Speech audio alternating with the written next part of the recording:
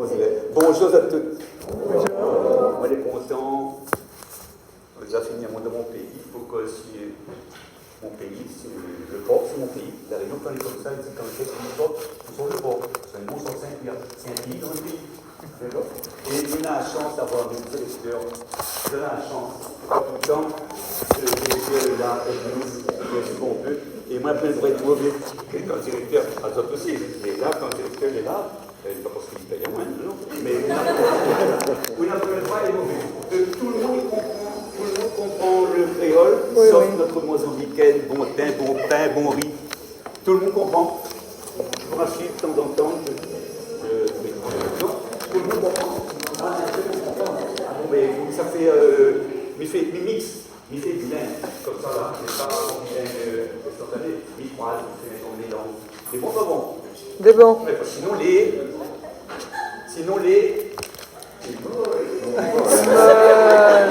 Ça colle si moi, il ne faut pas m'y faire comme certains mouns. Vous savez, on a un grand artiste, pour moi c'est number one du Maloya, il appelle monsieur Daniel Wow. Et Yazien a fait trop joli, et il ne faut pas l'oublier tous les jours. Il a le moun oublié. Qu'est-ce que c'est une chose? Quelle chose? Ça t'y cause à lui, il ne cause pas si lui. Ça t'y cause lui, il ne cause pas lui. Alors, traduit. Ça t'y cause à lui, il ne cause pas celui. Celui qui le parle ne parle pas dessus, d'accord? Ouais. Celui qui parle dessus, c'est-à-dire souvent c'est dans des ne le parle pas. Donc on parle sur le créole, mais on ne parle pas le créole. Et souvent, nous, on est dans des manifestations où on va parler de la culture réunionnaise, du créole et tout, et les discours sont en français les molles. Il n'y a pas longtemps encore, je ne donnerai pas le nom, mais non, c'est pas normal. Et surtout la Réunion, on a une chance extraordinaire. On a au moins 2 langues. Oui, français. Et vous allez monter un peu le tuning. Monter un peu le tuning. J'ai préféré quoi? Mais il faut une différence. Vous avez un grand réel. Moi, je m'appelle Patrice Trucard. Moi, je suis né le 22 janvier 1956, Saint-Pierre. Tout le monde qui a né le bord. Tout le monde croit que je suis né au bord, mais je suis né à Saint-Pierre. Moi, je suis né à Saint-Pierre, on a grandi la petite Ciponelle. C'est un joli bord, enterré dans un cimetière. Le bord. Voilà. Et nous, ça colle sur le bord. Quand on a annoncé cette conférence que ça fait, il dit on va parler du bord. Souvent, les gens viennent étudier au bord. Je ne dis personne, c'est mon regard. Souvent, les gens viennent travailler au bord et ils ne connaissent pas l'histoire de cette ville extraordinaire. Je vous dis extraordinaire parce que souvent, les gens me demandent, quand je fais des idées, combien de temps ça va durer. J'ai dit qu'il y a un carré historique. Donc, ce n'est pas toute la ville du port, c'est le carré historique. Et en général, il faut compter 3 heures.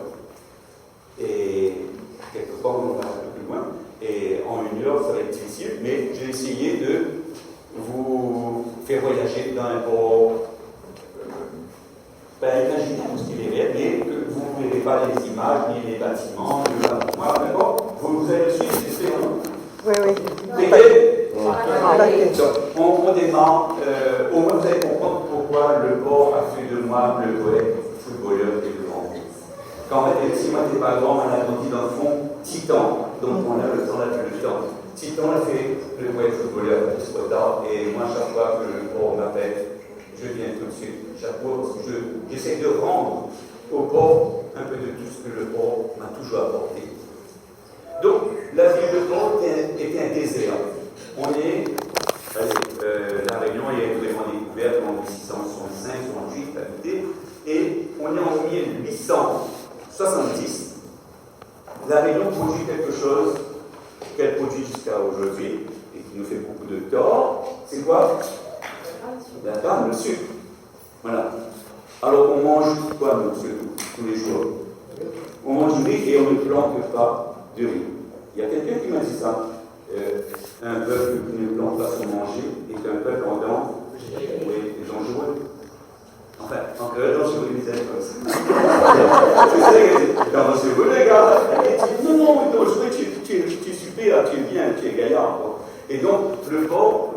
la Réunion produit du sucre. Et il faut se dire qu'à cette époque, il y a une centaine de petites usines sucrières. Nous, la multi-usine, pas la sucrerie, des usines sucrières.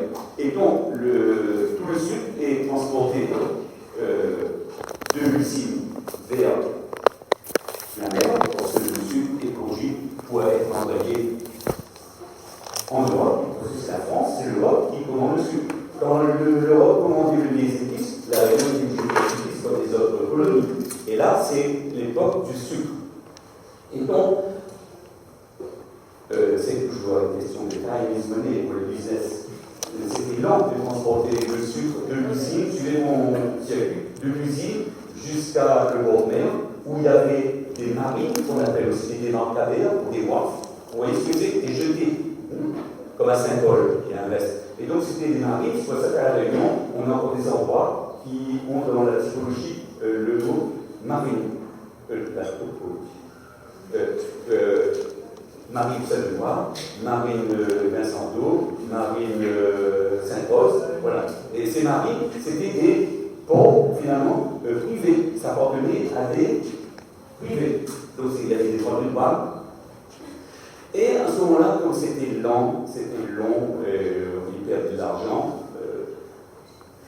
il y a deux personnes qui s'appellent Alexandre Lavalée et Palu Lavarrière qui décident de créer une société qui va créer et le port et un transport qui est révolutionnaire pour l'époque à La Réunion, le chemin fer. Donc ces deux personnes ont créé une entreprise, une compagnie de chemin de fer et de port. Et il faut se dire que le trajet du sucre, à Maurice, ils ont gardé le trajet du sucre, donc ils ont rectifié pour faire le trajet en train.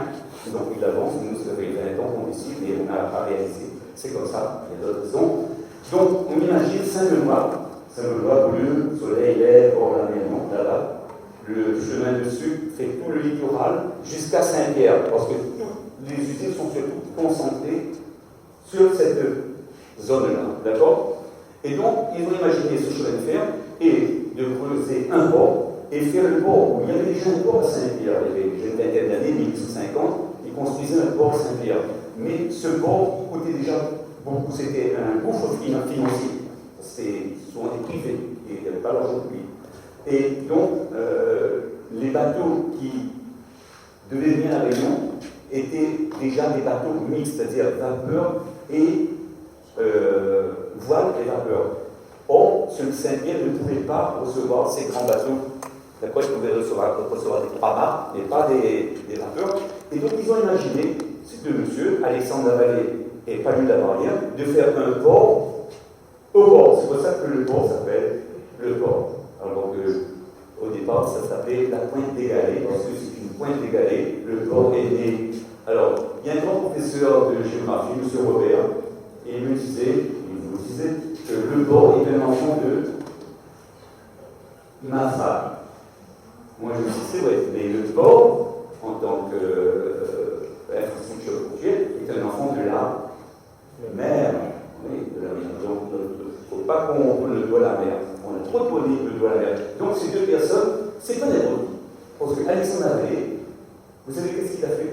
C'était l'ingénieur en chef d'un canal célèbre important pour la navigation, aujourd'hui encore plus, le canal de Suez en 1869, en 1970. Donc on n'a pas pris n'importe qui. Nous, déjà, le port, on ne prenait pas n'importe qui. Après, vous allez voir, on a d'autres personnages, le port, c'est des cadeaux, on en a plein. As-tu pensé Paul Vergès? Oui, aussi. Mais on va arriver à Paul Vergès, il y a d'autres personnages. Et donc, ce fameux Alexandre Lavalée, c'est lui qui a été l'ingénieur en chef du canal de Suez, et grâce à lui et aux gens qui ont décidé de faire le canal, d'accord? Les bateaux qui quittaient Marseille, au lieu de faire toute l'Atlantique pour venir à Réunion, et ça prenait 3-4 mois, là, avec le canal de Suez, ça prenait moins de 1 mois. 1 mois, donc c'était un gain de temps et d'argent. Pour devenir ça, Palu Lavarrière, c'était un homme d'affaires. Et donc, voilà, il décide de. Ça a été facile, on va synthétiser, ça prend au moins un quart d'heure. Heureusement, on a eu le soutien d'un ministre de la Marine, parce que la Réunion était déjà des ministres réunionnais à l'époque, bien avant Raymond Barre, en 1914. Donc, François Mailly, c'est pour ça que la rue principale du port s'appelle la rue François Mailly, qui est un député, un ministre, qui est né à Saint-Pierre comme moi, et qui décide de faire le port au port. Il a dit, c'est le port, c'est comme ça. Et pourquoi le port, c'était intéressant? Pour deux raisons. Il pensait que c'était plus facile de creuser dans la zone rivierre, parce que il y a la rivière égalée. Je disais que le port était dans le fond de Mafate, parce que Mafate a fait la rivière égalée, a fait la plaine égalée, a fait la pointe égalée. C'était le premier nom, je vous ai dit, de la ville du port. Et donc, ils vont commencer à travailler, mais pour faire le port et le chemin de fer, il faut des travailleurs. Et le port est un désert, je l'ai dit, un désert. Et ça appartenait à 6 personnes, mais il n'y avait pas un qui vit. D'accord? Donc, ils ont décidé d'embaucher des travailleurs venant de travers le pays, depuis Saint-Pierre, Saint-Nazaire et Saint-Rose, et aussi, comme on quittait la période de l'esclavage, on terminait presque la période de l'engagisme. Ils ont pensé à faire venir des engagés de pays magnifiques qui nous font rêver, en fait, à faire des jardins beaux, le Yémen. Donc on a des pionniers du désert, on les appelle, c'est pour les travailleurs du port, on les appelle les pionniers du désert. J'ai un total respect pour ces pionniers, sinon c'est pas là. Ils venaient de Somalie, ils venaient d'Égypte, ils venaient de Madagascar, des Comores, et ils sont venus à la Réunion. Et ils ont commencé à poser le port, faire le chemin de fer. Et vous savez, j'ai dit que quand j'étais petit, j'étais pas grand, j'ai grandi dans le fond de Titan. Regarde, un monde tellement. Un monde tellement. Titan. Moi, je savais le Titan. Et mon Dieu, c'est Titan Carmon. Et donc, pourquoi ça s'appelle Titan? C'est le quartier fondateur de la ville du port. Pour moi, il n'y a pas de quartier fondateur de la ville du port. Il y en a Titan, un joli nom malgache qui a disparu, Tanango, qui existe encore à Saint-Pierre, qui est plusieurs villages en malgache, c'est pas pour rien. Et puis l'épuisement. Mais l'épuisement qui ne s'exprimait pas en un seul mot comme épuisement, épuisement. C'est vrai que c'était fatigué, mais c'était l'épuisant. Parce que le port étant un désert, on a creusé 2 puits. Les puits, il faut se dire que là, tout appartient à la société du chemin de fer et de port. D'accord? Et il y a un port, un puits nord et un puits sud. Et le puits sud, c'est l'endroit où on appelle aujourd'hui l'épuisement. Que je l'ai connu, j'ai grandi à côté. On reviendra dessus. Mais pour moi, c'est important de retenir ces points quartier fondateurs. Et moi, j'ai demandé au maire du port, mais je n'ai pas eu, j'ai demandé au premier adjoint, une amie, avec le avec qui j'ai grandi, que l'on remette une plaque Tanango. Parce que quand je descends, je pleure. Et il n'y a plus, même dans les rangs des gens ne connaissent plus. J'ai retrouvé un vieux grammont. Il a dit, ah oui, Tanango. Et j'ai même un collègue qui m'a dit, ça c'est beau. C'est beau. Et je lui ai dit, vous connaissez Tanango? Tanango, c'est un Tanango, c'est mon mémoire. Parce qu'à Tanango, il y avait un lavoir, et quand il était petit, il a essayé l'eau, était rare. Hein. On reviendra dessus après. Et donc, ces trois quartiers fondateurs, il y a Titan qui est vraiment resté. Pourquoi Titan? Parce que pour faire les 2 jetées de l'entrée du port, on a fait venir une grue qui venait de Nantes. De Nantes. Ils ont construit jusqu'à aujourd'hui. Il y a quelqu'un de Nantes? Ah, c'est quoi ça, la bonne idée, là, mais peut-être qu'il vient de Nantes, il n'aurait pas su, vous allez voir. Et oui, je disais pour l'histoire de la ville du port, il est important de connaître l'histoire de la ville où on travaille, où on étudie. Qui connaît l'histoire de la ville du port? Sûr? Donc je vous dis des bêtises? Oui. Bon, ben, j'ai bien fait de le dire. On va raconter l'histoire du port, c'est tout top. Et donc Titan a été construit, la rue Titan, pour porter les blocs de 100 tonnes pour faire les deux jetées. La grue a été construite à Nantes. Et c'est pour ça qu'on a demandé aux travailleurs, on est en 1879, on commence à travailler, on commence à creuser. En 79, on commence à faire le chemin de fer. On a fait un saut de 9 ans. On a demandé, j'étais là, je suis là, tout petit comme ça, en 1879. Et j'entendais tout. Ce sont tous, ils sont Titan. Donc, le quartier a pris le nom de Titan. Ah oui, c'est sûr, là-bas. Oui, on connaît. Et ça dégageant, c'est que si la rue était fabriquée par Toyota, peut-être que le parti s'appellerait. S'ils étaient fabriqués par Mercedes, peut-être. Quel quartier sont Mercedes à Gaillard? Bon, voilà, en tout cas, 1879, on commence à creuser le port, on fait le chemin de fer. En 1800, donc, je n'ai pas donné le nom de travailleurs, ces fameux pionniers du désert, ils étaient entre 7000 et 8000 ouvriers, d'accord? Et donc, ils commencent à creuser en 1879, et en 1882, on fait l'inauguration du chemin de fer. Voilà, le chemin de fer. Vous savez pourquoi il y a le bonbon chemin de fer? Qui c'est qui a le bonbon chemin de fer? Ah, moi aussi. C'est un bonbon en 1919, on dirait ça. Pourquoi il y a le bonbon chemin de fer? Il ressemble à un chemin de fer, lui. C'est parce qu'il y a une personne qui vendait ses bonbons dans une gare. Et donc, on a dit, voilà, c'est bonbon chemin de fer.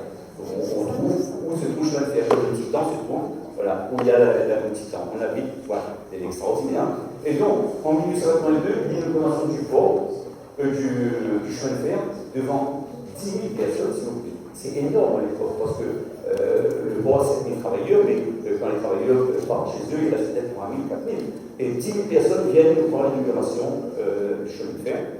Et 4 ans après, en 1886, le premier bateau, le Caragol d'ailleurs, entre dans la ville du port, dans le bassin historique, le port ouest, je ne parle pas du port est, du port ouest. Et donc, c'est le premier bateau qui rentre et l'inauguration a lieu en 1886. Mais en 1886, le port appartient à quelle ville? C'est pas le port fédéral. Oui, appartient à Saint-Paul. Et puis, quelques années après, la position qui appartenait aussi à Saint-Paul, la position devenait une commune. Vous suivez? Mais pourquoi bon maman? Il est pas sommeil de la mission. Bon, et donc, en 1800, alors donc, 1880, disons 1800, je ne sais pas la date, je pense qu'en 1893, la commune de la possession devient commune. Et donc, le maire du port, c'est le maire de. Je ne sais pas si vous suivez, c'est le maire de la possession Coteau-Bellevue. Et donc, et c'est là que ça commence à être intéressant. On arrive à 1895, retenez bien cette date, le 27 mars 1895. La commune du port, non, c'est plutôt avril, la ville du port, tous les habitants du port réclament une commune. Ils veulent un maire. Et je pense que notre identité bourgeoise de gens souvent qui respectent la vie, qui rebellent, qui les francs-tireurs toujours devant pour revendiquer, vient déjà de là. Parce que là, il ne voulait plus d'un maire de l'opposition, mais un maire du port. Et c'est comme ça qu'en 1895, la ville du port devient une commune. D'accord? Et les gens meurent. Il ne faut pas qu'on oublie que pour construire le chemin de fer et construire surtout le port, il y a eu beaucoup de morts. Souvent, on oublie beaucoup de pionniers disaient qu'ils sont morts. Et le port n'avait pas de cimetière. Le cimetière, c'était le cimetière dit de la possession, qui est à l'est, dans l'est. Pas le cimetière que l'on voit, mais le cimetière qui est dans la centrale EDF, qu'on ne voit plus. On peut y citer le premier exemple, c'est le cas de main à main. Et le premier cimetière, on appelait ça le cimetière de la possession parce qu'à cette époque, le port appartenait à la possession. Et pendant longtemps, ça va rester le cimetière de possession. Donc, comme le cimetière était assez loin quand même de la ville, du port, il y a eu en 1899 une épidémie de peste bubonique amenée par la bateau qui venait de Chine, de Yunnan.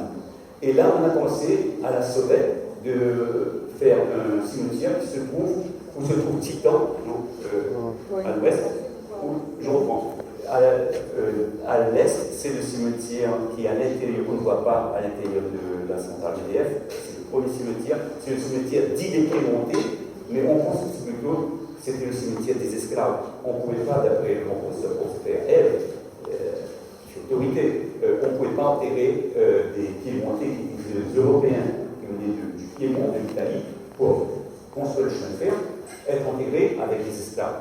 Donc, c'est pour ça que moi je dis le cimetière dit des Piémontais. D'accord? Et donc, ce deuxième cimetière, tu veux bien, le premier cimetière est éclairé, les bords sont éclairés. Stop. Le deuxième cimetière se trouve où il y a l'ancienne énergie électrique, c'est-à-dire l'ancienne EDF. Là où il y a Titan, l'épuisement, d'accord? C'est le deuxième. C'est le cimetière La Peste. Et nous, à La Réunion, on a toujours appelé cimetière La Peste ou la maladie La Peste. On ne connaissait pas le nom de variole, de chikungunya, on dit c'est la peste. D'ailleurs, là, on vient d'avoir le Covid. Les anciens disent toujours La Peste. D'accord? Donc, voilà ce deuxième cimetière.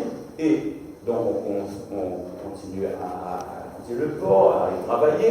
Et en 1905, il y a une autre épidémie. Donc, on va construire le grand cimetière qu'on appelle aujourd'hui cimetière marin, qui a le nouveau vocable, parce qu'il y a de la mer, qui se trouve à Titan. Donc, ça va être le troisième cimetière. C'est important, vous allez voir pourquoi. Le quatrième cimetière, c'est en 1919. La guerre vient de se terminer. C'est quelle guerre? Première guerre mondiale. 14-18. Donc il y a beaucoup de poilus rayonnés qui sont partis au front. 7 ans, ils ne sont pas revenus. Mais il y a eu 1600 qui sont revenus. Et quand ils sont revenus par un bateau qui s'appelle le Madonna. Et ce fameux bateau, avant de prendre les Réunionnais à Marseille pour les amener à La Réunion, ce bateau est parti déposer des tirailleurs sénégalais au Sénégal. Et comme le bateau est revenu à vie, ils ont mis du lest de la terre dans la cale de bateau. Et cette terre, ils ne savaient pas, elle était contaminée. Et donc, lorsque les poilus sont arrivés, et là je ne sais pas l'âge là, monsieur aussi à la maison, en 1919, et donc c'était pas la joie, même si on retrouvait, parce que tout le monde disait, il y a le maire du port, à cette époque, s'appelait le docteur Renaudière Deveau. D'ailleurs, la rue qui passe devant la gare s'appelle la Renaudière Deveau, depuis 1938. Donc, ils vont voir le docteur, c'était le seul docteur pour la position et le port, pour vous dire, hein, à l'époque. Là, le port a 3000 habitants, les gens qui arrivent, 3000. Il y a un dixième qui meurt d'épidémie. C'est énorme, 10%. Et donc, ils vont voir le docteur pour dire, docteur, dans le bateau, les gens qui sont chargés de décharger tout, crachent du sang et tout. Le docteur, tout de suite, il a eu le réflexe, il a dit, c'est l'épidémie. La grippe espagnole. La grippe espagnole qui a tué 7000 personnes à La Réunion. C'est beaucoup pour l'époque. Et La Réunion, pour le port, déjà, 10%. Et donc, là, on va créer un autre cimetière qui se trouve à la Butte-Connelle, où il y a le petit score. D'accord? Là, il y a un cimetière, dit cimetière de La Peste. Et il y a un cinquième cimetière, c'est grâce au travail de Paul Vergès et de son équipe, c'est le cimetière paysager qui se trouve dans le nouveau port. D'accord? Donc là, le port vit, le port combat, le port est un pays de travailleurs. Et si on fait une visite à pied, vous allez voir qu'il y a très peu de maisons de gros blancs, de maisons de maîtres au port. Parce que vous avez trouvé ça dans les grandes villes sucrières ou Saint-Denis, mais au port, il n'y en a pas beaucoup. Pourquoi? Parce que c'est une ville prolétarienne, ouvrière. D'accord? Et donc, le port, j'avais dit en 1895, Suspect commence à annoncer la couleur, en disant nous veut un réel commande. Par nous-mêmes, nous par nous-mêmes, nous veut plus de verre dehors, donc il y a un verre, et là pareil, commence à avoir les revendications syndicale des ouvriers du chemin de fer et du port. Et c'est au port qu'on crée en 1902 le premier syndicat des travailleurs port et chemin de fer. Et tout au long de 3-4 décennies, le port va connaître beaucoup de créations de syndicats. Et aujourd'hui encore, on voit très bien, lorsqu'il y a des manifestations, il y a une grève qui prend naissance, on commence souvent par le port, parce que c'est la vie de forte tradition syndicale. On ne va pas s'étaler là-dessus, vous avez fait des recherches, mais le port est très connu pour ça, et si on a obtenu beaucoup d'acquis sociaux et tout, c'est à cause de tous ces syndicalistes, ces populations qui revendiquaient. Et donc, on a parlé de la Ligue espagnole, de ce fameux docteur Odysseus de Vaux, un personnage important jusqu'à aujourd'hui, il ne faut pas oublier ce qu'il a fait. Et donc, les syndicats se créent. On a un endroit au port qui s'appelle le cinéma Casino. Ce cinéma Casino n'avait pas été créé au départ pour le cinéma, mais pour les assemblées, les réunions syndicales. D'accord. Et beaucoup de syndicats ont été créés là, avec un monsieur qui s'appelle monsieur Léon de Perranche. C'est mon plus grand personnage du sport. Je vais vous dire pourquoi. Après, ce monsieur est extraordinaire. Donc, Léon de Perranche est une personne d'origine bourgeoise, mais qui va militer très tôt à l'âge de 16 ans avec les ouvriers. Il va être cheminot, il va être vendeur de manioc, il va faire tout ça. Alors qu'il vient de la bourgeoisie, parce qu'il avait un idéal. Et moi, je l'admire parce que c'est beaucoup de gens autour de moi, depuis mon adolescence jusqu'à aujourd'hui, m'ont fait rêver pour mon idéal, et très peu m'ont fait réaliser ce que je voyais comme idéal. Ce monsieur René Zedevaux, vous savez qu'est-ce qu'il a fait? On va tout de suite parler de lui. Il est, rapidement, hein, il est président du Conseil général. Il était président du Conseil général, député, maire. Et vous savez quand il est mort, il habitait dans une maison en Bois-Citol, dont il était le locataire.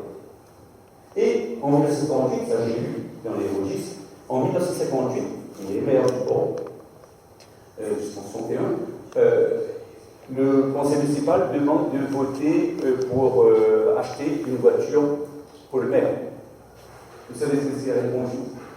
Non, on va acheter une ambulance pour la population, et moi je garde mon vélo. Ce maire était toujours à vélo. C'est pour ça que le port a aussi une tradition de cyclisme. La première piste cyclable en ville a été faite au port, des élections de 14. Parce que le port, à cause des ouvriers, à cause des gens qui allaient travailler sur le dock, et qui venaient de l'arrière-pays, venaient à vélo, à bicyclette. Et quel plus beau symbole, ce maire qui circule à bicyclette.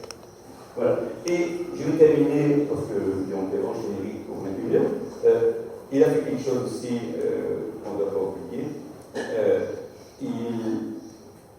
Il a pris l'avion en 1945. Il prend l'avion avec le père de Paul Vergès, qui s'appelle Raymond Vergès. Ils prennent l'avion pour aller en France pour défendre quoi, d'après vous? Quel projet? La départementalisation. Donc, ils vont partir en France et où c'est qu'ils vont prendre l'avion? Où c'est qu'ils ont pris l'avion?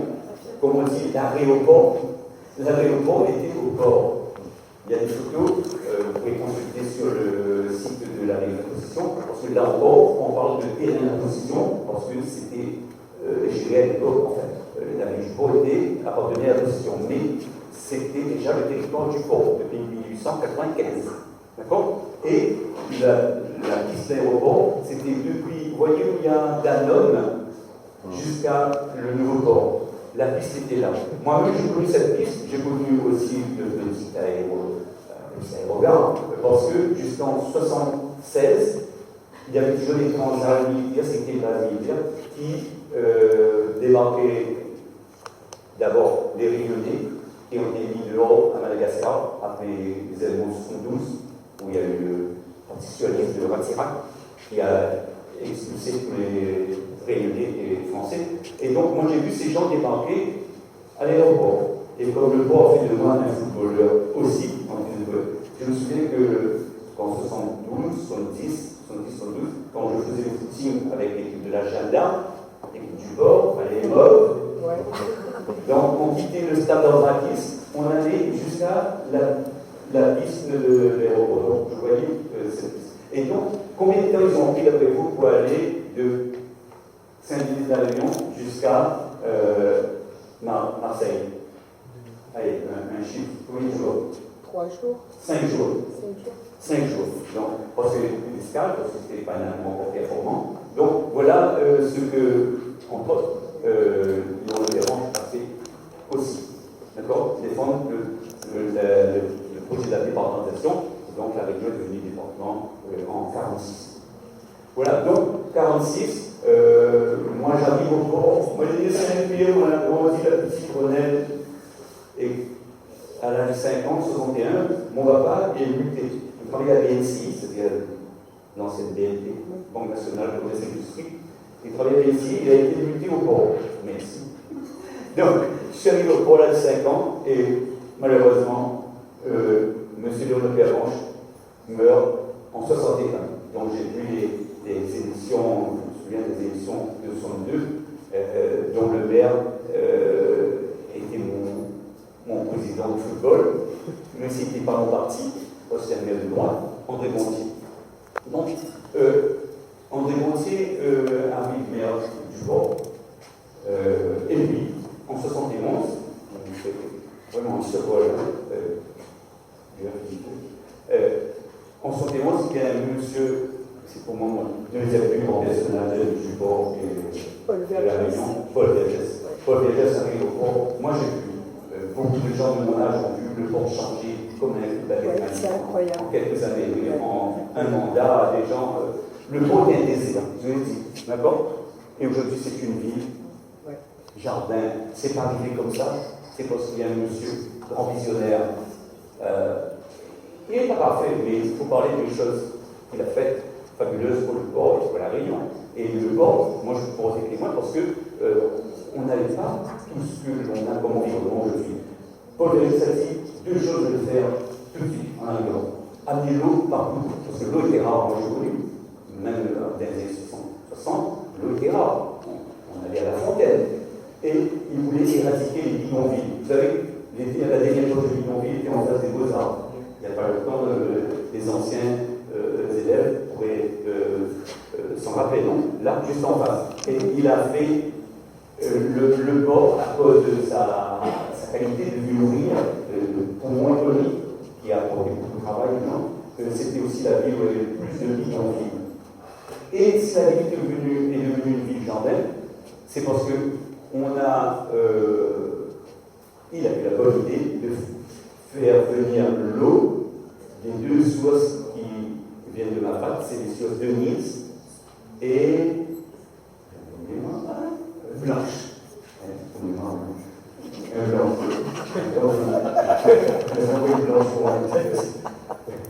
j'ai un peu l'émotion, vous savez pourquoi? Parce que je suis obligé de faire un arc aussi en 1 heure, vous dire ce que je dis en 3 heures. Et je n'ai pas préparé. Et donc, ces 2 sources de Nice et Blanche fournissent une eau très reconnue qu'on met en bouteille qui s'appelle Edena. Et le ciel est Edena. Et donc, ça c'est encore de Paul Vergès. Et puis, les gens de l'urbanisme, il a mis en place un schéma directeur, un schéma d'urbanisme directeur pour construire la ville sur 20 ans. Et vous voyez le mail qui commence au niveau de Mathieu, le mail qui passe devant chez nous, là, qui traverse, qui va à la mer, c'est ça, toute la ville descend vers la mer. Parce que Paul Vergès voulait qu'on retrouve cette part de mer qui nous a été reprise, parce qu'on est un enfant de la mer. Le port a été construit grâce à la mer. Avant, c'était libre d'aller sur les quais. Aujourd'hui, c'est tout grillagé, et c'est grillagé depuis. Ils ont exproprié le fond de terre miel, me repoussant cœur saignant dans la géographie de l'exil. Ô titan, pour un retour à la table, la désillusion s'emporte de mes rêves. Déjà enfant, j'imaginais la mer, rêvant devant la poussée de nacre, décorée de sauropodes et d'éléphants blancs. Mais aujourd'hui, sans artifice ni artillerie, la grosserie écrit par Marie, je planterai un arbre de séjour. Serait-ce le cactus tortue, ou le ravenage, le roselle, le déployé, ou le latanier bleu, dont les palmes me rafraîchiront le soir en allée, pourvu que j'y en force de nuit, des yeux fertiles, le cœur organo, oh, doc, doc, doc, et cadeau, bassin des jeux de mon enfance. Quelle sirène, non, s'est penchée sur le terre de la naissance. Car de bord en bord, de Saint-Pierre jusqu'au bord, j'ai des salles de Marie, une peau rouge. Et là, dans le noir, j'habite une ville qui vient de la mer, de l'autre mer. Je reprends la citation. Oui, je viens d'une ville, ben, les gars, ils ne connaissent plus, du rayonnement d'émotion, la marmaille. Une ville qui vient de la mer, de haute mer. Le pauvre pays qui le mien, son poisson qualité rose. Voilà. Alors, le pauvre pays, oui. Le bon idée de l'île, je suis désolé, le livre, notre mère, mais le bon idée de l'île, ça, le bon, ça veut dire c'est ça le vrai. Et le bon a, pour moi, une forte identité. Parce qu'il y a ce slogan là, c'était moi le vrai. Moi, ma belle-sœur, lorsqu'elle veut me dire que, comme c'est pour ça veut dire que j'ai raison de mon propos, elle me dit vous frère, le porc, ça même, mais oui, c'est le vrai. Et donc, en 71, donc, en 69-70, ils ont exproprié le fonds de Termienne. Pourquoi? J'ai juste pour elle, pour ma maman. En 70, on est obligé, papa venait construire une maison dans le fond de Titan. Parce que quand je suis arrivé, j'étais d'abord à Saint-Cyprien, qui est à l'ouest, et après, j'étais à Titan. La butte Cyprien qui est à l'est, c'est à l'est, d'ailleurs j'étais 8 rues de l'est, ça c'est important. 8 rues de l'est, et Titan est à l'ouest, d'accord? Et c'est là que j'ai eu ma mort, qu'il est l'ouest, hein. Bon, c'est pas trop tard, mais non, aujourd'hui, il revit grâce au fait qu'ils vont. Et donc, on a été obligé de quitter le bord, c'était une grande déchirure pour nous. Pour maman, je vois maman encore sur son balcon, maman ne sait pas ce que c'est. Il faut se mettre dans la tête, il y a 50 ans, les immeubles étaient rares. Je disais, nous, au port à Saint-Denis, il y avait des immeubles, mais nous, on ne connaît pas, jamais visité un immeuble, monté au 3e, 4e étage. Et maman arrive à plein Saint-Denis, elle pleurait, elle était d'animaux, elle ne pouvait plus arroser ce jardin, elle faisait placer avec un arrosoir. C'était triste. Et le port, jusqu'à aujourd'hui, c'est pour ça que je dis que je suis en exil quand je suis à Saint-Denis, parce que mon petit temps me manque. Et il me reste vraiment un petit temps Camou qui est là au-dessus de ma tête. Et donc, en 71, Paul Vergès, qui est maire, il va équiper le port pas seulement de l'eau et de logement, mais il y aura une grande ambition culturelle de cette ville. Et c'est pour rien que le port a eu la première médiathèque, le Mont Blanc, qui ne ressemble pas à tout. Il y a beaucoup d'architecture ici qui rappelle le dessin des marines du port. Et il fait la médiathèque, vous avez été où on est là. C'est son premier adjoint, c'était Alain Séraphine. C'est pas pour rien qu'il a fait Alain Séraphine. Il a fait les Beaux-Arts, il a fait l'école d'architecture lillois, l'Institut de Saint-Médard. C'est au port. Et sans compter d'autres réalisations, quand je parle d'architecture, il y a vraiment des. Le port, c'est la plus petite ville de la Réunion. Retenez bien ça. Une des plus récentes, une des plus jeunes, 1995. Il n'y a pas beaucoup de villes après elle. Et regarde cette ville. C'est extraordinaire, c'est un exemple. Le port n'avait pas de feu rouge. Autant le port était rouge. Le port n'avait pas de feu rouge. Pendant 15 ans, il n'y avait qu'un seul feu rouge au port. Pourquoi? Parce que Paul Vergès a imaginé des ronds-points. Et du coup, des autres villes ont fait des ronds-points. Et les arbres, la ville Jardin n'est pas arrivée par hasard. Pourquoi? Parce qu'il y a eu des centaines de milliers d'arbres qui ont été plantés par la population sur 30-40 ans. On continue à planter. Olivier Warhol, il fait une chose extraordinaire. le boisé est votre partie. Le parc boisé, on parlait de parc boisé, c'est pour les LS, c'est quand même 10% de la superficie du port. C'est énorme. C'est un parc boisé. Aujourd'hui, le parc boisé a beaucoup de succès. Les gens viennent de tout ville parce qu'on fait des photos, on fait des pique-niques, des rencontres. C'est extraordinaire. Et cette ville respire mieux parce qu'il a imaginé l'apport des arbres pour notre climat. Les scientifiques disaient que le bois a gagné 2 degrés. Avant, c'était toujours 35-37. Aujourd'hui, c'est 33. Pourquoi? On a planté beaucoup d'arbres. Et moi, quand je fais des petits guides pour les enfants, ce qui me fait plaisir, le port, il y a une transmission de l'histoire qui est bien faite au niveau familial. Peut-être parce qu'on est petit, peut-être parce qu'on sait d'où on vient, le difficile, les ouvriers et tout. Donc on maintient l'histoire de la famille.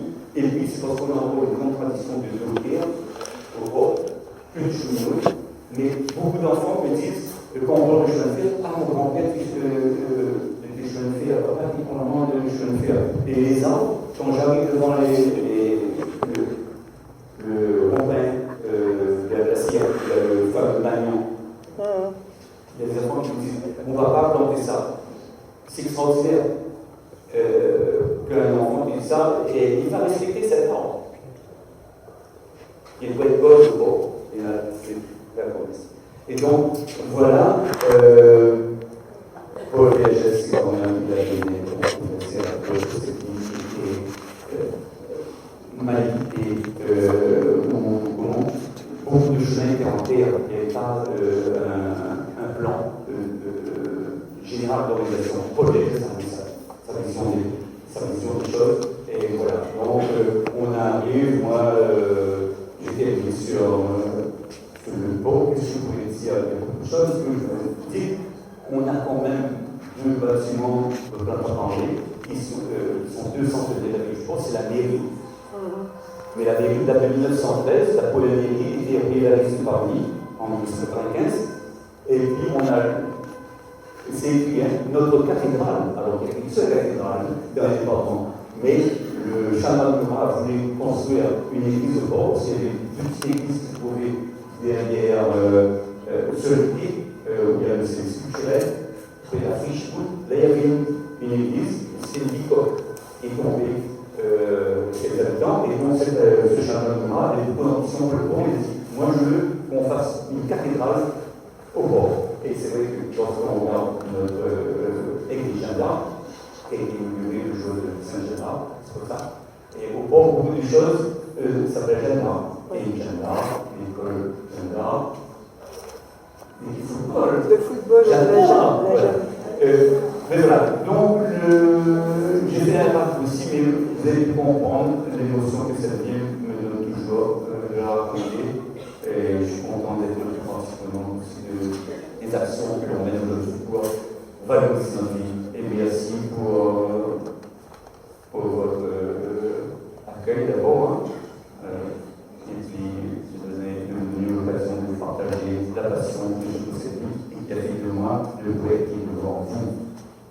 Voilà. Quand on a fait petit, on n'était pas grand, on l'a commencé dans le fond, il faut nous que ça me sorte, et c'est important. Voilà. Maintenant, on a les c'est ça, dans les mots là, non? Un temps pour les échanges.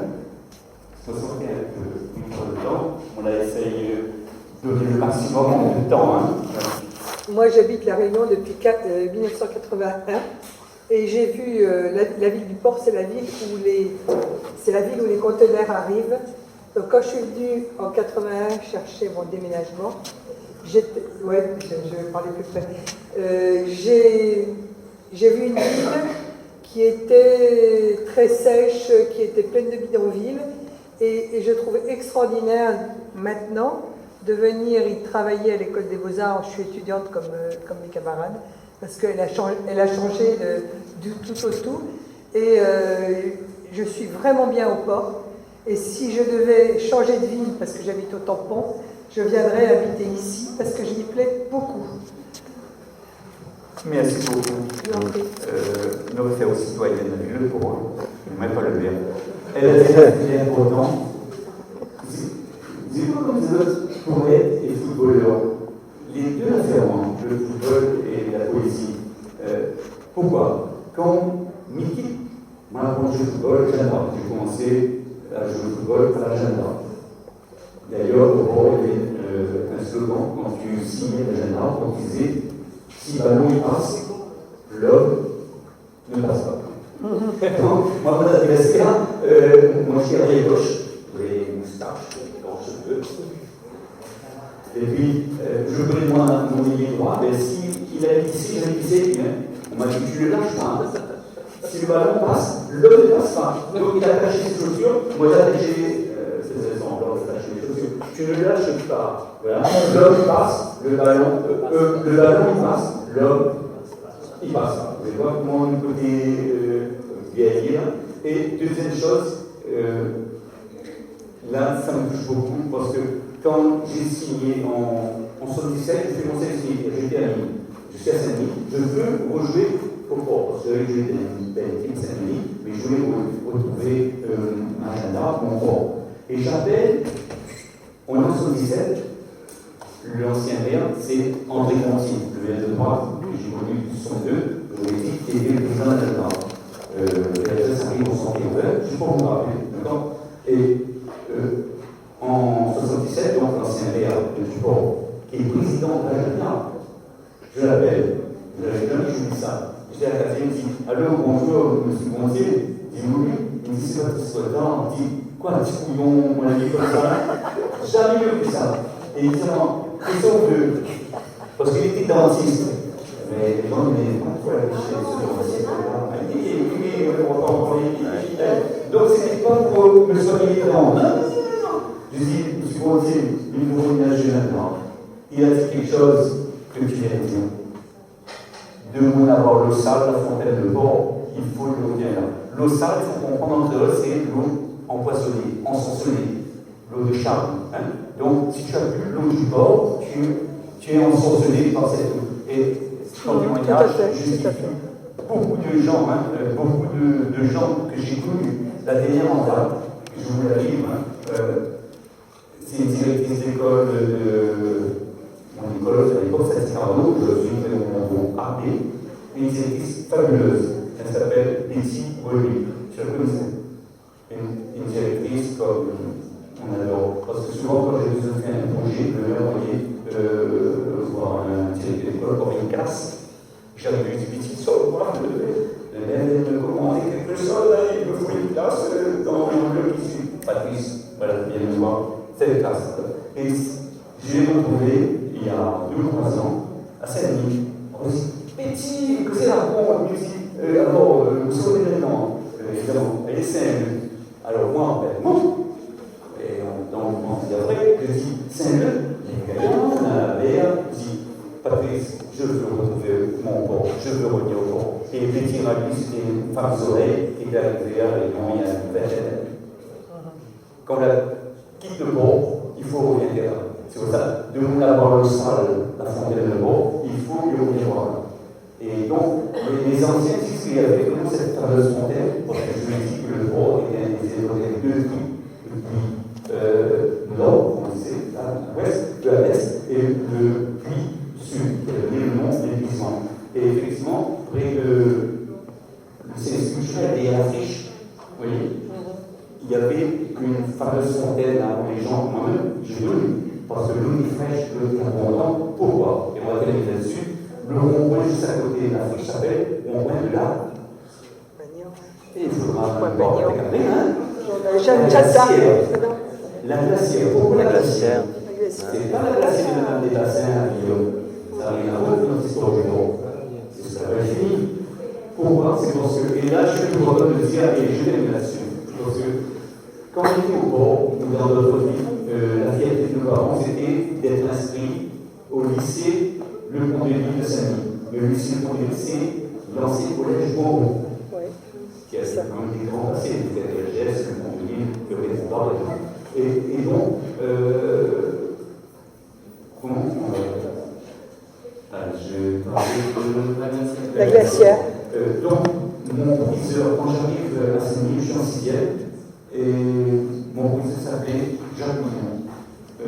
Albert Mignon, le frère de Jacques Mignon, le vieux temps de Guillaume. Et Albert Mignon, était mon professeur et était professeur d'histoire. Et quelques temps après, j'ai son livre sur le simulateur du jour, je vous demande de consulter ce livre qui est merveilleux. Il parle de tous les comptes rendus des voyageurs anglais, hollandais, portugais, français, qui sont arrivés dans l'île depuis le début de la colonisation. Et donc, ce monsieur Albert Lyon, son père était un ingénieur. Et c'est lui qui a imaginé, là on est en 1895-97, je refais un retour, 1897, comme vous comprenez. Les bateaux qui repartent avec des marchandises, il faut, pendant le transport, ils ont de la glace. D'accord? Et ils n'étaient pas équipés assez en électricité pour faire de la glace. Donc, ils ont pensé à faire des glaciers, et la glacière faisait des grands pains de glace pour dans les cales de bateau, dans les frigos. C'est l'eau, l'électricité qui arrivait à la glacière. La glacière est un bâtiment que moi j'ai connu aussi, sur le quai où il y a le port militaire. Ce fait-là, il y avait la glacière, le vieux bâtiment que j'ai connu. Et là, l'eau était toujours fraîche parce qu'on faisait de la glace. Pour ça, on parlait de port l'eau. Et juste pour finir, le port a été la première ville à avoir l'électricité en 1914, mais la guerre déclarée, donc l'électricité a redémarré en 1919 grâce à ce monsieur Albert Lyon, père. Il a fait venir l'électricité d'une petite usine que vous pouvez voir encore, donc vous pouvez voir les restes. Vous voyez quand vous prenez la route qui vient d'être faite après le grand commercial, le pont. Quand vous êtes sur le pont, vous avez le Saint-Paul. Regardez sur la rive en haut à droite, il y a un reste d'usine. C'est cette usine qui fournissait l'électricité qui venait d'arriver égalée à la glacière. C'est des ingénieux, c'est au port. Le port est la première ville à avoir la l'électricité. Voilà, entre autres des choses qu'il y a au port, je vous demande d'être voir maintenant par vous-même, de faire une visite plus tard avec moi, parce qu'il faut au moins 3 heures, 4 heures de visite pour découvrir tous les trésors qu'il y a au port. C'est une ville extraordinaire. Voilà, avec des gens magnifiques qui se font respecter. C'est pour ça que des fois ils ont une mauvaise réputation. Je ne vais pas dire qu'il y a pas de gens, mais c'est parce qu'ils se font respecter. Moi, j'ai ça du bord, de respecter, parce que je me fais respecter. Souvent, je dis aux enfants du bord, je me dis, un visitant, ils disent non, on dit, moi, c'est pas pareil. Après le coup, je me dis, voilà, un visitant, non. Voilà. Donc, la discussion est ouverte. Posez une question, Marie. Vous l'avez oublié, mais bon, peut-être aussi au moins 3-4 heures. Que le port, c'était. C'est vrai qu'il n'y avait pas d'arbres. Moi, je me suis née au port, j'ai porté au port. C'était boisé, des épinards. Oui. Ben, c'est les arbres du désert. C'est les arbres du désert. C'était vraiment le désert au port. Il n'y avait pas de rue bétonnée, c'était que de la terre, chemin en terre. Cochon, des cours Voilà. dans le soleil, tout ça. Cochon noir partout. Et puis, que ça avait été remarquable dans les rues en terre, on avait des petites fenêtres dans la clôture. C'était pour les tinelles. C'est pour les tinelles. Les tinelles, c'était des barils, des laqués. Les gens n'avaient pas de cabinet, comme vous avez dit, facile pour voir les cabinet. Dans la case, le cabinet était dehors. Et dehors, on allait dans le cabinet, il y avait des tinelles. Et moi, je me rappelle, quand je joue au football, et bon, on jouait dans ces rues, dans ces nouvelles, et j'ai une nouvelle fameuse, qui s'appelle les caca. Pourquoi? Parce que au fond, jouer, le ballon tapait dans ces tinelles, et la mienne explosait par tout ça. Mais souvent, on l'a grandi dedans, on avait le caca. Maintenant, c'est la rue Jacob de la Haye. C'est ça? C'était avec la Jacob au football là. Et vous pouvez vérifier notre adjoint au sport, M. Guido Casson, avec qui je joue au football, j'ai la chance de jouer au football à la Jeanne-D'Arc, qui est un grand ancien. Il habitait dans cette rue. Et donc j'avais joué, j'ai commencé à apprendre à l'âge de 7-8 ans à jouer au football dans la ruelle Tata. Et les tinelles, ces fameux papiers étaient renouvelés une fois par semaine. Et les gens qui portaient les tinelles, c'était les condamnés. Et puis, parce que dans ce moment-là, les condamnés travaillaient. Donc, ils travaillaient, c'était des pictures physiques, ça, bon, Et dans là, c'était. Et moi, je me rappelle, les condamnés, des fois, quand ils portaient, les disciplines étaient en bois. Et des fois, les planches étaient disjointes. Et donc, ça se mettait comme ça. Et vous savez, vous rappelez ça? Les vrais portraits. Ça, c'est le mouvement, ça. Et c'est un peu comme le jus qui sort de la pompe. Pareil, au milieu de la bête, qui sort de. Elle remonte le pont. Voilà. Et bon, dessus, les éminents, puis pour les moyens de l'affaire, elle a dit, puis les moyens de cause. Vous pouvez tout faire. C'est le grand poète Bandoni, que j'ai cité tout à l'heure, la poésie d'un petit peu de l'université, c'est Bandoni, c'est le plus grand poète. Et il a dit quelque chose au niveau des arbres, deux choses. J'étais un arbre autrefois, et je le redeviendrai sans doute. Il y a un enfant de Servu qui m'a dit, je reviendrai, je reviendrai sans, il a dit 100 ans. Je serai plus là 100 ans. Et il a dit une autre chose, une autre belle citation, il est bon de nommer les arbres par leur nom. Moi, nommer les arbres par leur nom, pour moi, c'est entrer en conversation, c'est entrer en spiritualité, que mon pied-bois qui m'a vu grandir. Et là, je pense à un pied-bois remarquable, à la rue Saint-Paul, un fruit jaune comme ça, le Angélique. J'ai la tête. Voilà. Dans la rue la bosse de Saint-Paul, et j'ai la tête. Et tu parlais, on était sur le pied-bois, les pieds épinards. On a deux pieds épinards remarquables, entre autres arbres. Elle va expliquer ce que c'est les épinards. Oui, c'est ça. Mais on prend le pied-bois d'abord. Là, on veut. Est-ce que le micro. D'accord, ok, merci. On a un petit problème. La rue qui descend vers la mairie. Vous voyez, il y a une banque, il y a un arbre célèbre. Célèbre pourquoi? Parce que le cycle métal l'avait couché et le maire du port a remis en état. Et pourquoi cet arbre, quand on regarde les cartes postales de fin 1800, 1890, ces arbres existent déjà. Il y en a deux.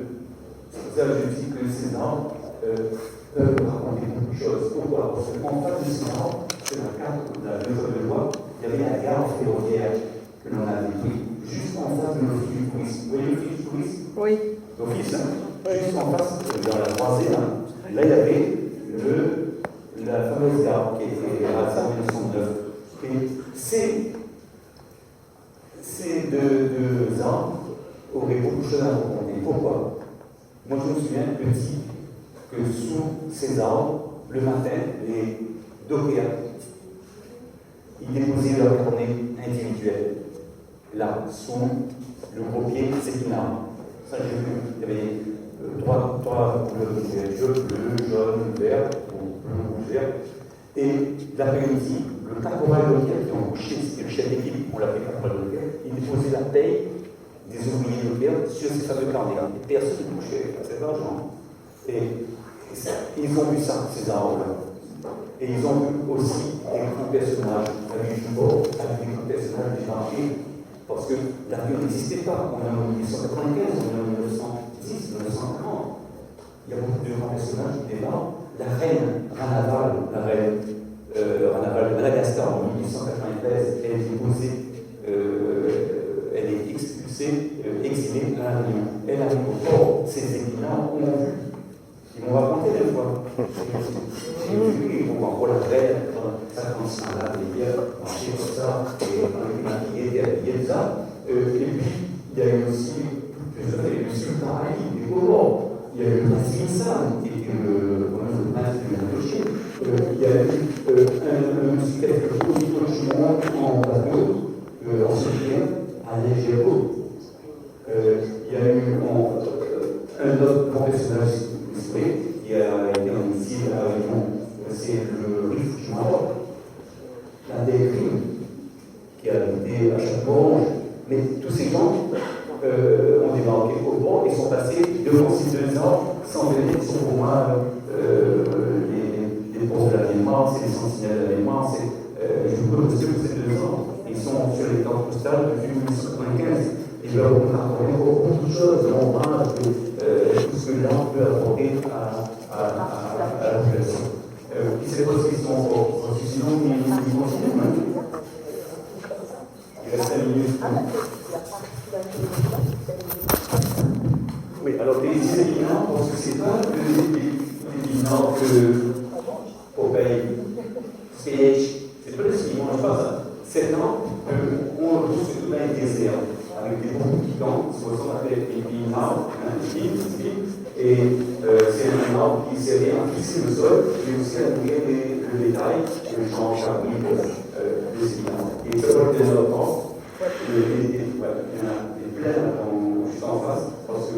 Alessandri parlait de nous, de une doigté, tout ça joli. Parce que non, nous, on est les enfants de mauvaise application de Jehovah, mais aussi les enfants de cette doigté, parce que sous les doigtés, il y avait un autre camp avec le télécine, qui, quand même, c'était la ligne 2, la pièce, et avec les lignes. Mais qu'est-ce qu'il y avait souvent les épinards, surtout les boîtiers. Et les télécines, c'est avec le clôture de palissade. Et les poules bondaient là-dessous. Et souvent, on allait voler les œufs. Voilà, c'est dans le souvenir. On va écouter poser les fois, il faut écouter là. Et qui pose une question après nous finir, parce que sinon, Nicole, jusqu'à 107 ans, lui demande un azote. Est-ce que vous plaît? Oui. Et sûr, on a promis un azote en main. Bon, merci pour votre présence, pour votre patience. Et on pose une question là. De vous fort, pour les jeunes.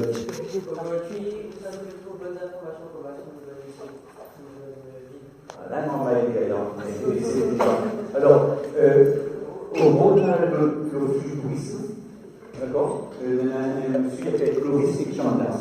Lui, ce monsieur, c'est un guide, son métier, bien, moi, juste pour raconter rapidement, quand on a travaillé 10 ans de sélection culturelle d'analyse le pauvre, depuis 7 ans de la retraite. Et il y avait une petite idée qui était faite par bus. Et ça nous coûtait 500 €, mais pour faire un tour de la ville. Et la mairie n'avait plus d'argent pour les j'étais plus président du conseil régional, entre autres. Et donc, j'ai demandé au maire de faire un circuit à pied, gratuit. Et c'est comme ça, la dame qui s'en occupait, elle était bien contente de passer une parce qu'elle ne pouvait tellement faire ça, cette collègue. Et donc, j'ai imaginé avec un collègue, qui s'appelle Bruno Lepellier, un garçon magnifique, un carré historique de du port que l'on peut faire en 3 heures. Il faut au moins 3 heures. C'est magnifique. Après ce que je vous ai raconté, faire une balade avec vous dans ce carré historique, voir les grandes maisons, les maisons des ingénieurs qu'on est en train de réhabiliter. Tout ça, c'est l'histoire du port. Les jobs, les silos à sucre. Vous savez combien de sucres sont stockés ici? Toujours de sucre stocké. À peu près 120, 130 000. Il y a 3 silos. Un silo de 88 000 tonnes et 2 silos de 20 000 tonnes. Et les bateaux qui viennent pour le changement de la vie, c'est la période parce qu'on est en pleine campagne ouvrière, les usines, les bateaux arrivent, passent 2 jours à quai pour remplir entre 8 000 et 13 000 tonnes de sucre. Ça aussi, c'est bon à savoir. Donc, revenir à M. Echandas Clovis, qui nous sorti un joli livre dont nous parlons. Et il est venu me voir il y a 10 ans, et M. Patrice, j'ai fait une petite idée de l'e-board. Tu vois, le guide, c'est le guide professionnel. Oui, j'ai dit, non, je t'ai fait visiter la ville comme j'aime, que je connais. Et aujourd'hui, c'est lui qui fait la visite. Tant mieux pour moi, parce que c'est pas mon travail, c'était pas mon travail, c'était une petite partie de mon travail. Et c'est Clovis. Tu entends? C'est Clovis et Chandas, le spécialiste. Mais à l'ATI, il y aura sûrement une autre personne qui s'appelle Mathieu, qui pourra te faire aussi une visite guidée. Peut-être que c'est payant, je ne sais pas. Moi, quand je fais, c'est gratuit, parce que je ne pourrais pas le dire. Souvent, je fais des visites pour des gens. Samedi dernier, j'ai fait une visite pour un groupe d'amis.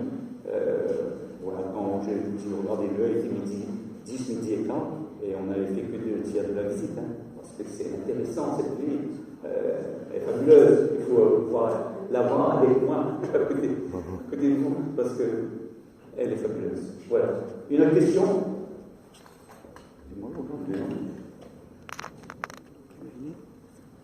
Les 5h15.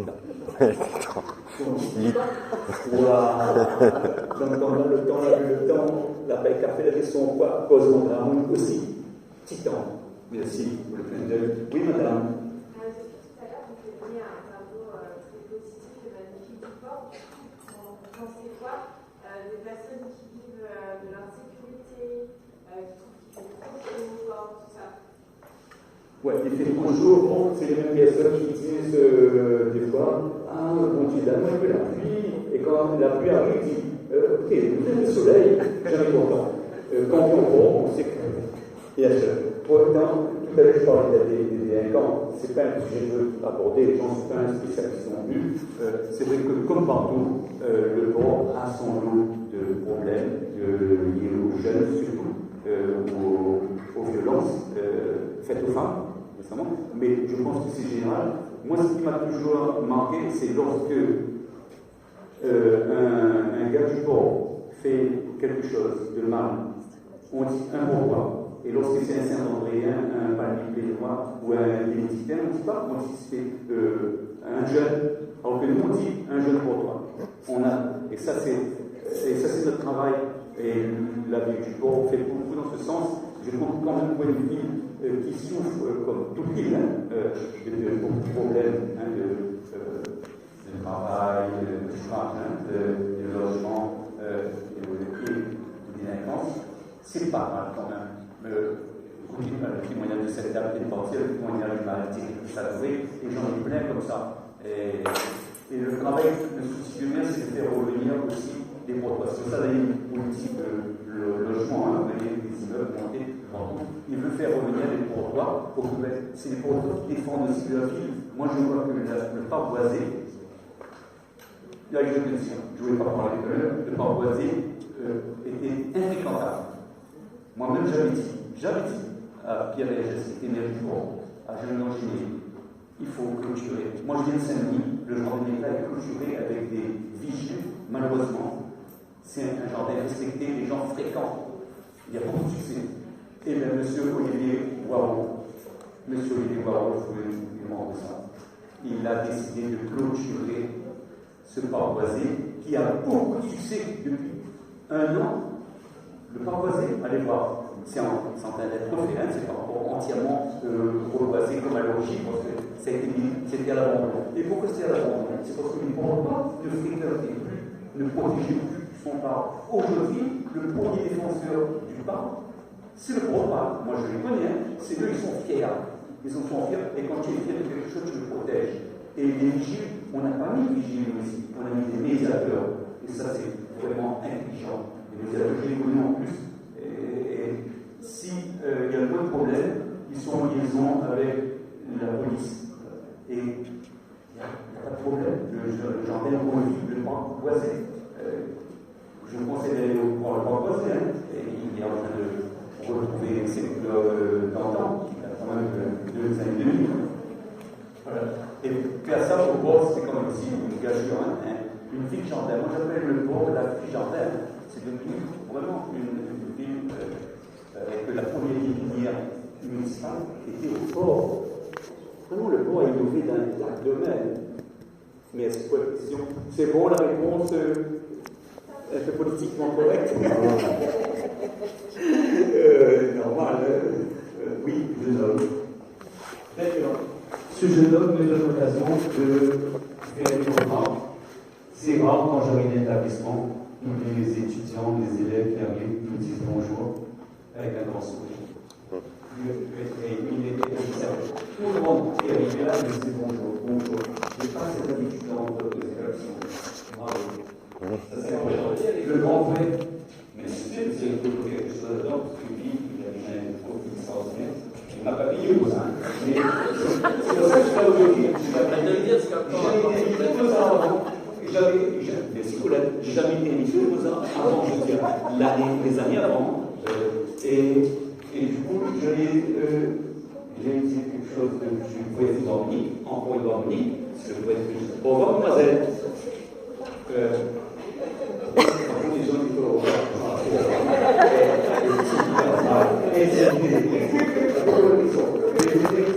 le renvoyer devant Monique,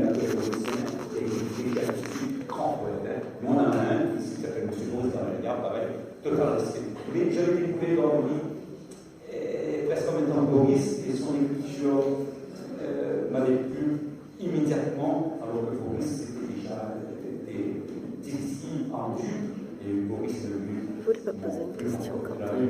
Mais dans mon livre, dans cet hommage, c'est vous qui m'a fait encore plus sa poésie. J'ai 17 ans, j'ai plus sous mes yeux, et il a dit quelque chose.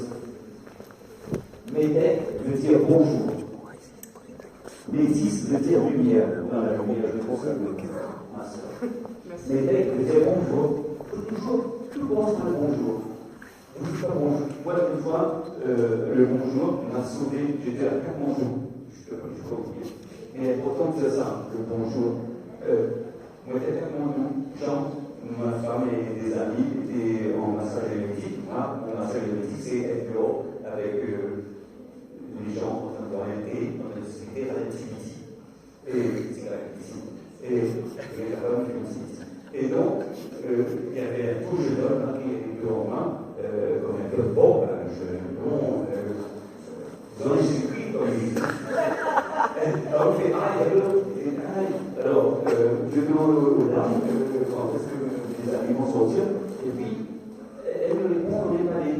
Et le jeune homme s'adresse aux femmes en néerlandais, et puis il me dit ils vont arriver dans 5 minutes. Je dis, oh, my friend, you speak Nepali? Et il me dit, non, I am Nepali. Vous savez Nepali, mais complet. Si Nepalais, on est complet. Les blonds, les yeux clairs, les garçons. Et bien, grâce à ce monsieur, ce bonjour, il me voit. Il me dit, allez, on n'est pas français.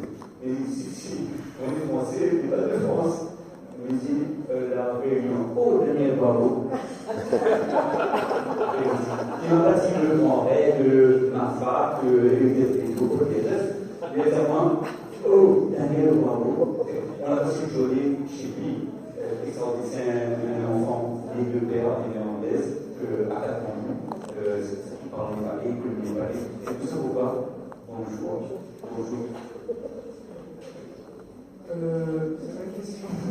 C'est juste pour rebondir sur ce que le garçon tout à l'heure a dit. Si tu veux un peu de renseignements sur l'organisation, parce que tu vois l'organisation à la réunion sur le port, avec M. Vergès. Je crois qu'il a travaillé avec Pierre Lacour aussi, je ne sais plus.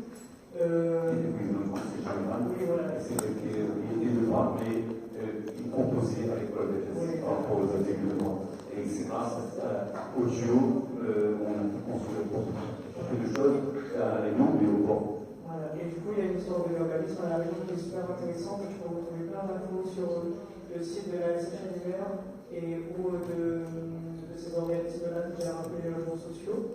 Et aussi plein de sites comme le portail de 121 qui traite de ces inscriptions des photos d'archives qui sont accessibles à tous et qui sont super intéressantes. Et pour avoir un discours un peu plus nuancé, parce que moi j'ai pas tout cet amour pour le port-là, ça traite aussi du coup de gentrification et ça traite aussi du coup de la contrepartie de notre organisme qui est un organisme qui est essentiellement calqué sur des modèles métropolitains européens, du coup, même si avec l'adaptation à notre climat tropical, c'est pas total et ça a encore des conséquences aujourd'hui. Du coup, c'est des sites qui répertorient un peu tout ça et qui sont super intéressants et accessibles. Et si tu veux un cerveau sur pattes, il y a Cédric, qui est le prof de culture G, qui a plein de connaissances sur ce genre de choses. N'hésite pas à poser des questions, quoi. Voilà. Et si tu n'as pas retenu, tu pourras me poser la question. Voilà. Mais c'était mon lit. Je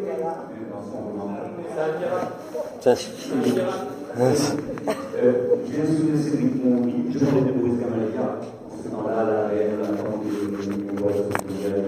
l'histoire et le lycée municipal des Jeunes, on l'a pas eu des vers, le cercle président. C'est le premier vers de la ligne droite, le bout de la j'ai 17 ans. Et j'ai eu le plaisir de donner à Cédric, parce qu'il cherchait le vraiment édition originale son rêve. Un des deux, je lui ai donné ce papier parce que c'est quelqu'un qui m'a plu tout de suite quand j'ai rencontré l'objet d'exposition, c'est magnifique. Voilà.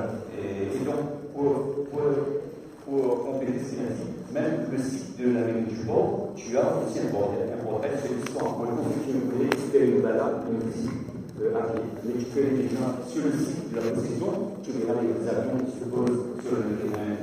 Bon, le terrain s'appelait le terrain Marcel Dagneau, parce que Marcel Dagneau était le premier pilote qui a fait Marseille Réunion en 1938. D'accord. Et le port a perdu, je ne sais pas la taille de l'aéroport, a perdu sa vocation aéroportuaire. Pourquoi? Parce qu'en 1910, ça je vais dire dessus, il y avait une grande compagnie, il y avait deux grandes compagnies maritimes à La Réunion, à la création du port. C'était la NCHP, la nouvelle compagnie Arles Financière, qui était d'abord CHP, et il y avait les messagers maritimes. Et moi-même, dans mon enfance, jusqu'à 70, j'ai connu les 4 derniers grands paquebots qui faisaient Marseille, Réunion, en 3 semaines. Les fonctionnaires, souvent, avaient l'occasion de prendre ces bateaux pour aller en France en vacances. Ils passaient 4 mois de vacances et ils revenaient. C'était tout fonctionnaire. Moi, mon père n'était pas fonctionnaire, mais je me souviens qu'enfant, ça aussi m'a fait le poète qui est venu en haut. Quand je voyais ces grands bateaux sortir, pour moi, c'était comme une Versailles sur mer.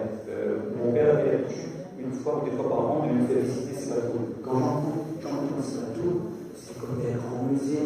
Je voyais des tableaux, j'avais jamais vu des lustres du mobilier. Et moi-même, en voyant ces bateaux partir, j'avais envie de partir avec ces bateaux pour découvrir dehors, pour aller voir dehors. Et comme c'est Alain Lorraine, le grand poète, dehors est un grand pays, dehors est aussi un grand pays, comme la Réunion est un grand pays. Voilà. Je vais en conclusion, on y est quand même, puisque la montagne n'est pas possible, et je suis obligé de monter. Il est pas mal, non? Il a envie d'aller au fond, non? Il est important que la vie soit au travail, de mettre de votre salon. La sieste, c'est quoi? L'assistant, c'est quoi? Vous verrez, bon, bien sûr, je suis directeur. Vous verrez, bon, c'est quoi l'assistant? C'est quoi l'assistant? Pourquoi l'assistant? Qu'est-ce qui a donné le nom au quartier oriental du port Sidan?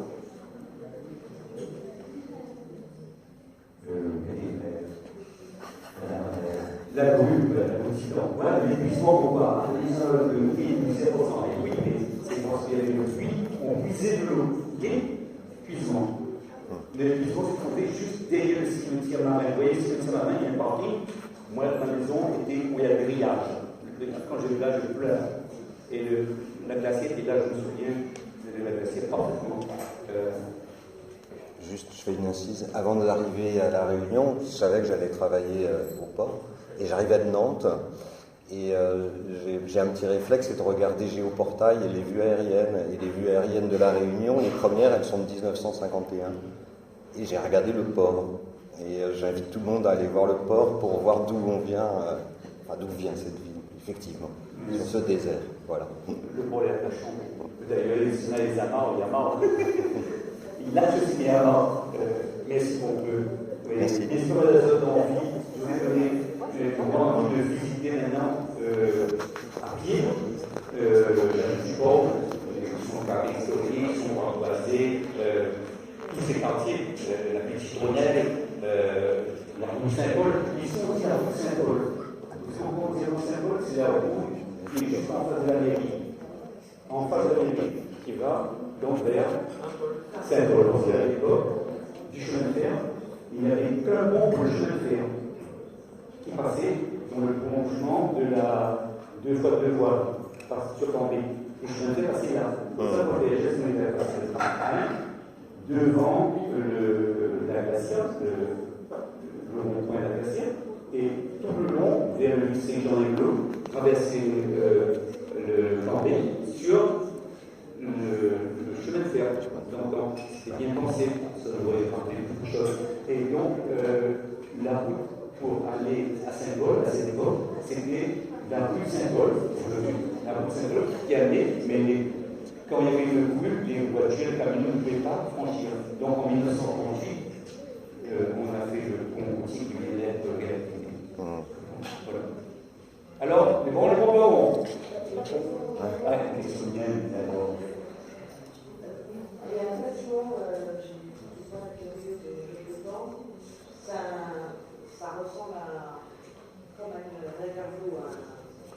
Châteauroux, c'est pas Châteauroux, c'est vers le port. Oui, pour ouest, en entrant. Il y a comme il y a de quoi habiter au rez-de-chaussée et on peut monter à l'étage. Ça ressemble à la fois à Châteauroux, mais c'est pas aussi haut. Il y a un graphe dessus. Moi, je ne sais pas. Est-ce que c'était pour l'électricité, pour les bateaux? Je ne sais pas. Donc, je ne sais pas tout, je vais chercher. Vous voyez aussi, quand vous entrez par le port ouest, vous entrez, on dit dans le port ouest, mais on entre par l'est, d'accord? Vous allez sur les quais où il y a les bateaux de la marine, d'accord? La marine nationale. C'est là, juste à l'entrée, il y a un genre de château d'eau, et moi, je me suis dit, c'est quoi? Je vais essayer de savoir, je vais bien des communs. Une des choses, il y a beaucoup de choses, hein, et comme il n'y a pas de question, chaque bassin au bord a un nom. Comme tout à l'heure, on a donné les noms ici aussi. Au bord, il y a 8 bassins. Le bassin historique qui se trouve à côté où il y a le château où se font les changements de sucre. Ça, c'est le bassin Émile Hugo. On aurait pu parler d'Émile Hugo, on parlait de la libération de la ville en 1942 grâce au Léopard et de M. Léon de Lérange, on a le temps. C'est dommage, c'est un fait d'armes important que je vois. D'ailleurs, je dis deux mots. C'est important. Je reviens et après on donne les bassins à Conflans. Monsieur Léon de Lérange, on est en 1942. C'est évidemment important parce que la vue du port, jusqu'à il y a encore quelques années, fêtait tous les 28 novembre, en souvenir du 28 novembre 1942. Pourquoi? En 1942, on a fait une guerre, 39-45, deuxième guerre mondiale. Ok? Le gouvernement à la Réunion est un gouvernement pétainiste, c'est-à-dire pro-hitlérien, avec le gouverneur Aubert, avec un T. Alors que celui de Saint-Denis, c'est sans T. Le Pierre Aubert, il nomme tous les maires à sa guise. Donc, c'est des maires qui vont être à la botte de Vichy. Vichy, c'est Hitler en France. Et en 1942, maman avait 2 ans. Maman, souvent, disait, maman, il y a 33, elle disait, c'est la misère. Elle m'a raconté, elles allaient à la rivière prendre des galets avec les algues, le limon, faisaient bouillir pour boire comme la soupe. Elle n'avait plus rien à se mettre sur les comme vêtements, ne peut plus rien manger, même le maïs, manioc, des isolés, des rares. Il y avait moins de monde, heureusement, parce que je ne pourrais pas passer de manioc ou de maïs pour nourrir les gens. Mais ce qui est remarquable pour ce grand personnage, Léon de Lérange, c'est que le général de Gaulle, qui est de la résistance, il est en Angleterre. Il veut gagner la guerre, il veut libérer tous les territoires. Donc la Réunion, parce que Madagascar est déjà libéré, mais la Réunion non. Et donc ils avaient, le gouvernement à la Réunion avait fait couler une drague qui s'appelle le Conflit, dans l'entrée du port, pour que les bateaux ne viennent pas ravitailler la Réunion, pour que la Réunion subisse un blocus. C'est ça la guerre. Vous êtes sûrement là, vous le suivez? Vous êtes sûrement, vous le suivez? Et donc, le Léopard, c'est un bateau envoyé par De Gaulle depuis Londres, un Français, pas un Français. Mais je vous ai compris. De l'avion, ici, général De Gaulle, il envoie aux autres, Madina, ici comme ça, là, je m'appelle, en 1942, et je vous envoie le Léopard. Donc, le Léopard arrive à Saint-Denis, où il y avait un pont de l'époque, c'est-à-dire le Marachon, un débarcateur marine. Et donc là, la cour départ, mais le gouverneur, il veut pas tiquer. Il dit non, moi c'est clair, tout ça, et je ne sais pas, on m'a pas dit, mais apparemment, c'était un peu le fiasco. Et c'est là que des gens, et là j'étais là, on a envie de Paris, là, en 1942, et ben on a dit, et au port, la en créole, au port, on a un millimètre de feu d'Américain, il y a un grand révolutionnaire qui s'appelle Léon de Lérange, il faudrait le voir. Donc on a envoyé un téléphone à Léon de Lérange pour lui dire, et le Léopard vient au port pour libérer la ville. Oui, d'abord, Léon. Léon, toujours, gavroche devant. La patrie nous fait comme si c'était barricade. Envoie la ville. Et donc, en faisant venir le Léopard, et là, on parlait de ce premier bassin, c'est pas un hasard. Le premier bassin s'appelle le bassin Émile Hugo, où il y a des changements de sucre. D'abord ce bassin, et à côté il y a le deuxième bassin historique, le bassin limité à Fouque. D'abord, c'est une voiture citoyenne, je vous montre le pouvoir. Et donc, quand le port est arrivé en face, il y avait un défenseur de la cause idéalienne Vichy ici. Il a fait une erreur de jeunesse, parce qu'après il est devenu un âme de Léon de jeunesse. Il s'appelle M. Hugo, c'est le plus grand savant du sud de l'époque. Il était dans le monde entier de sa connaissance du sud. C'est lui qui a créé les supports de Beauvau SP. Vous voyez le conservatoire de Muscasani, là c'était le siège. Il a plutôt pas de maison. Hugo, c'est un grand académicien. Et donc, Hugo, il avait été responsable, au revoir, merci. Hugo était responsable d'une batterie qui était où se trouvait le cimetière de l'école SFP à l'entrée du port. Et là, il y a une batterie dérisoire avec des cargos qui ne fonctionnaient plus. Il a voulu attaquer le léopard pour embaucher le léopard. Et désolé pour le retard. Et donc, c'est important. Et donc, même le grand-père Julien était ami de Léon de Perroche. Léon de Perroche a demandé à ses compagnons d'aller dans la gendarmerie, de prendre tous les armes, et de combattre Émile Hugo. Émile Hugo a perdu, et à ce moment-là, le papa de la première adjointe au maire, M. André Leclerc, Madame Annie Leclerc, la première adjointe au maire, son papa était un compagnon de Léon de Perroche. C'est un monsieur bien connu, on était à côté. Et ils sont partis dans une petite barque, tir au léopard, avec un drapeau blanc. C'est bon, c'est libéré, vous pouvez débarquer, et c'est comme ça que, en 1942, la Réunion a été libérée grâce au bord. Au revoir, merci beaucoup pour votre présence. Voilà, mais bon.